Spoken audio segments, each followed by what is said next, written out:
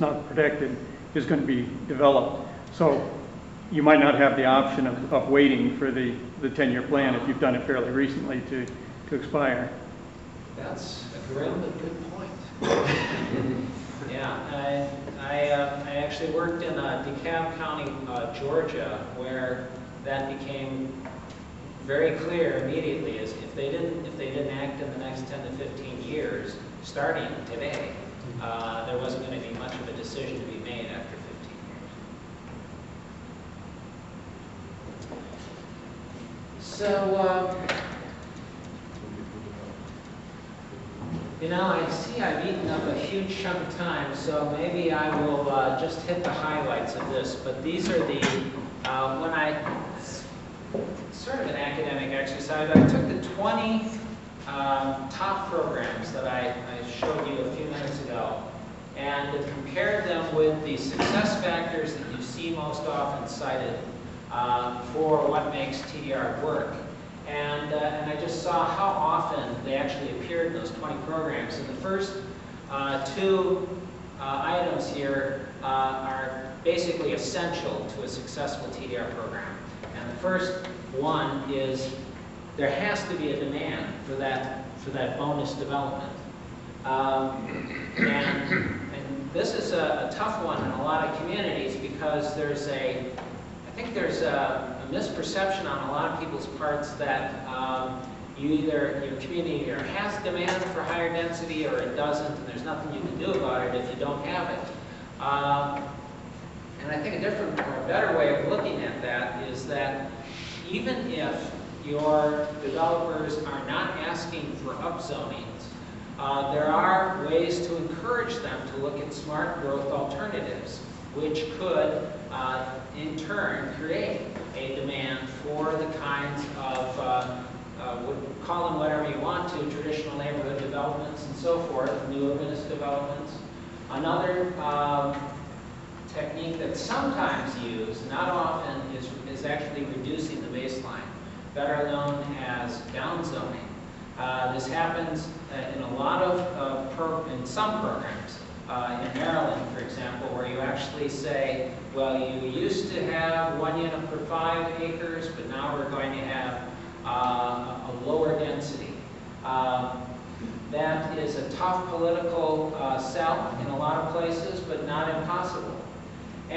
But finally, when you actually look at a lot of communities, you see that if you're just patient, there actually is demand there that you aren't considering, and that is there are communities, and this is one that I just finished up working on in Ohio, where you look at the current zoning and where you can almost see the comprehensive plan, and you see there are lots of areas in this village where they contemplate future upzonings at the request of developers.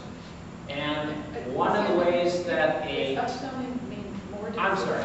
Yes, upzoning simply means you rezone the property to allow more residential density.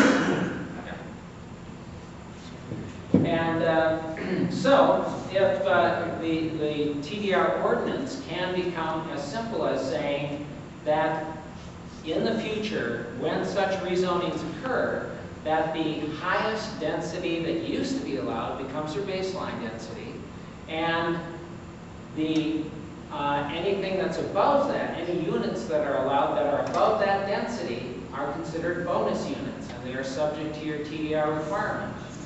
What you get with this is you are not changing your land use code, you're basically implementing your code, your plan, excuse me, you're implementing your plan with this particular approach. You are not required to upzone that property. There's nothing in a TDR ordinance that requires the upzoning. In other words, those decisions are made as they would normally be made by the community, looking at whether they're consistent with the plan, whether all of the environmental factors are right. The only difference is that when you have that TDR component in your code, you're implementing both the preservation and the development portions of your comprehensive plan.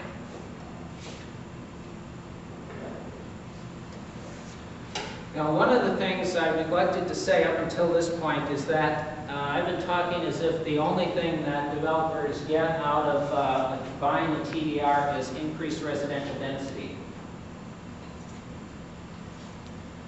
In some communities, they actually use other things. I already mentioned Pickens County around Aspen, baseline residential floor area. In a lot of places, it's commercial floor area.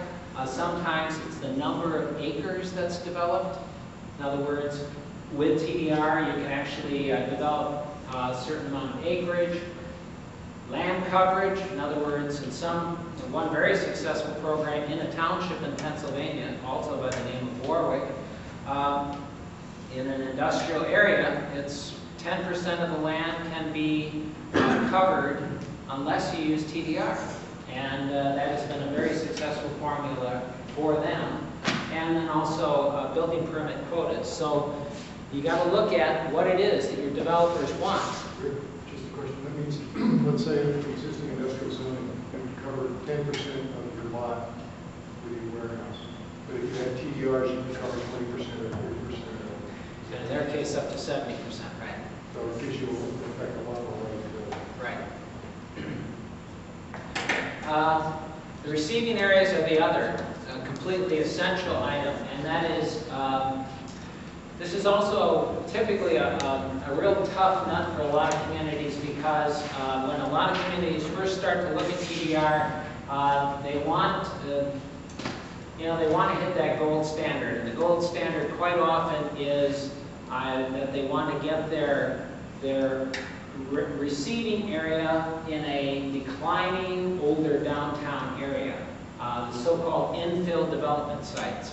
And even though that's the ideal, it's also a very tough one because quite often the developers are saying, well, wait a minute, that's a very difficult area to develop to begin with.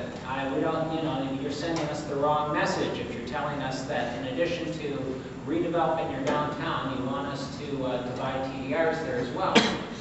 So the one you see, the receiving areas that you see most often are sort of the expanding urban fringe.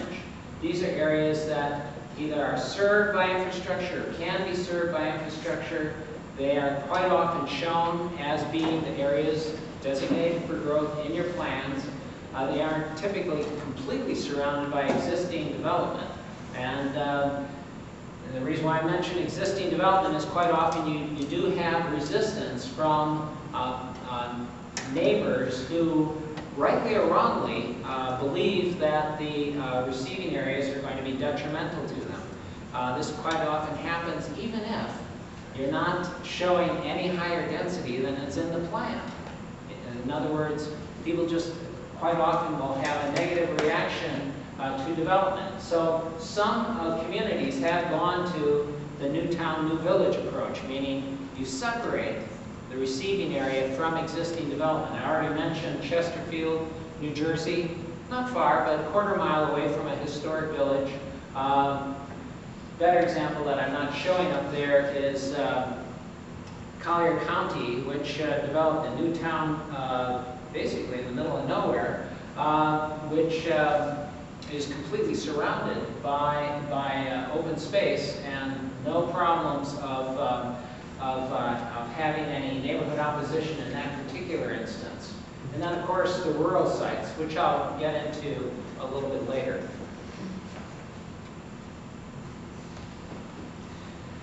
Maybe I'll go through these a little faster, but one of the things to keep in mind is that sending area landowners are motivated quite often by how difficult it is to develop in the sending area. Now sometimes those motivators can be natural features. They can be soils that don't perk, they can be steep slopes, wetlands, and so forth. At other points, though, you have the regulations themselves serve as the motivators. So it really helps if a community's zoning code, when the zoning code says agricultural, that the density that's allowed in the agricultural zone could actually support agriculture.